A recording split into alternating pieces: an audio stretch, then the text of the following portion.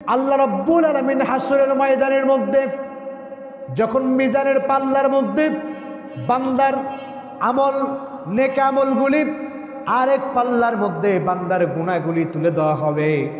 In the mean time যখন বান্দার গুনার পাল্লাটা ভারী হয়ে যাবে আর যেই নেকির পাল্লা এটা যখন হাওয়ার মধ্যে ভেসে উঠবে, নেকি কম গুনাহ বেশি, এখন বলেন জান্নাত না জাহান্নাম? ফেরেশতারা বলবে ওগো রব, তোমার বান্দার গুনাহটা যেহেতু বেশি হয়ে গেছে সুতরাং আমরা তোমার বান্দাকে জাহান্নামের মধ্যে নিক্ষেপ করলাম, জাহান্নামের মধ্যে তোমার বান্দাকে নিয়ে গেলাম। আল্লাহ তাআলা বলে ফেরেশতারে, আমার বান্দাকে জাহান্নামের মধ্যে নিও না, আমার বান্দার আমলনামাটা খুঁজে দেখো, আমার বান্দা জীবনে নফল রোজা রাখছিল কিনা। যদি নফল রোজা আমার বান্দা করে থাকে ওই নফল রোজার সওয়াব তার আমলনামার মধ্যে তুলে দাও, দিয়ে তারে জান্নাতের মধ্যে পৌঁছায় দাও। ফেরেশতারা সমস্ত নফল রোজাগুলি বান্দার নেকির পাল্লার মধ্যে দেওয়ার পর যখন ওজন করবে মিজানের পাল্লার মধ্যে দেখবে এরপরেও বান্দার গুনাহ বেশি। আল্লাহ তাআলাকে বলবে গো রব, তোমার বান্দার গুনাহটা তো বেশি হয়ে যাচ্ছে, জাহান্নামের মধ্যে নিয়ে যাই। আল্লাহ তাআলা ডাক দিয়ে বলবে ফেরেশতারে, আমার বান্দারে এখনো জাহান্নামের মধ্যে নিও না, একটু খুঁজে দেখো আমার বান্দা কখনো গোপনে কোনো দান সদকা করছিল কিনা।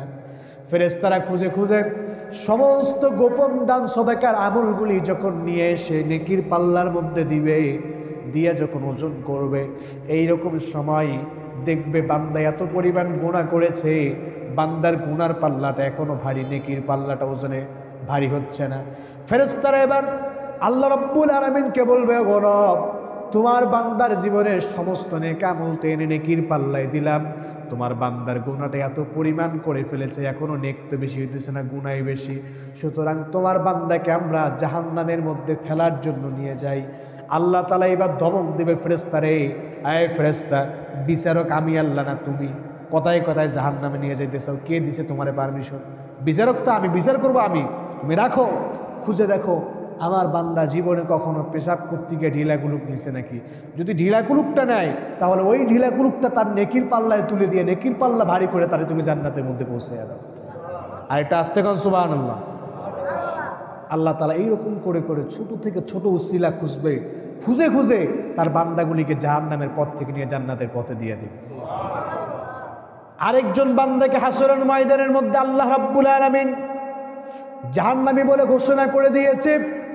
ফেরেশতারা দুই হাতের মধ্যে শেকল বেঁধে জাহান্নামের রাস্তার মধ্যে যখন টানতে টানতে নিয়ে যাচ্ছে, জাহান্নামের মধ্যে যদি কাউরে দেওয়া হয় কোন দিকে দৌড় দিবে জাহান্নামে যাওয়ার জন্য? দিবে? জাহান্নামের দিকে তো দৌড় দিবে না।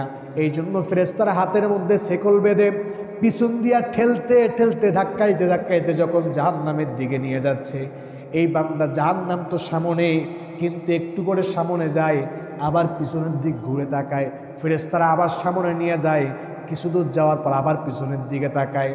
আল্লাহ রাব্বুল আলামিন এই দৃশ্য দেখার পর তিনি তো সব কিছু জানেন, এরপরেও ওই বান্দাকে প্রশ্ন করেন, ও বান্দা, তোমারে আমি জাহান্নাম দিয়ে দিলাম, জাহান্নাম সামনের দিকে, তুমি জাহান্নামের দিকে যাইতেছো, কিন্তু জাহান্নামের দিকে যাইতে ধরে পিছনের দিকে বারবার তাকাও, কি জন্য তাকাচ্ছ বলো?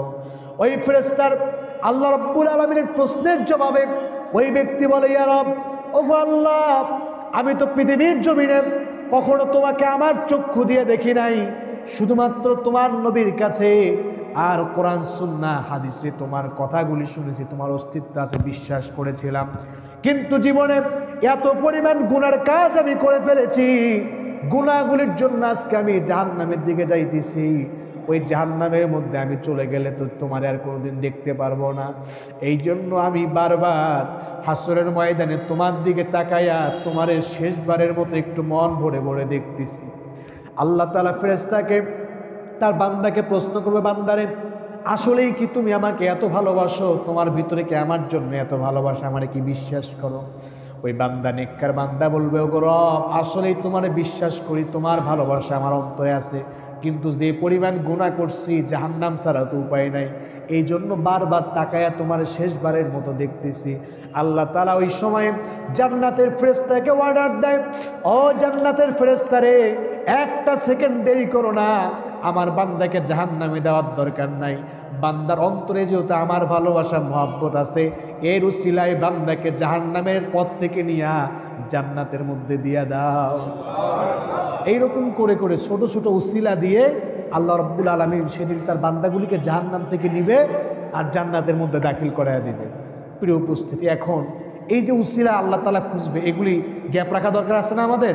এই আমলগুলো তো আমাদেরকে করতে হবে, কারণ আমরা যদি এই স্পেসগুলো যদি না রাখি, আমরা যদি এরকম নফল ইবাদত না করি, নফল রোজা না রাখি, দান সাদাকা না করি, নেক আমল যদি না করি, টিস্যু ব্যবহার যদি না করি, এরকম এভরিথিং যত নেক আমল আছে নফলগুলো, এই আমলগুলো যদি আমরা না করি, তাহলে কি সেদিন এই উসিলাগুলো পাওয়া যাবে? আল্লাহ যখন খুঁজবে যে বান্দার দেখো না কোনো নফল ইবাদত গোপন আমল আছে কিনা, তা আপনি জীবনে করেনি নেই, আপনার গোপন আমলটা পাবে কই থেকে? এই জন্য এখন থেকে আমল করা দরকার আছে না নাই?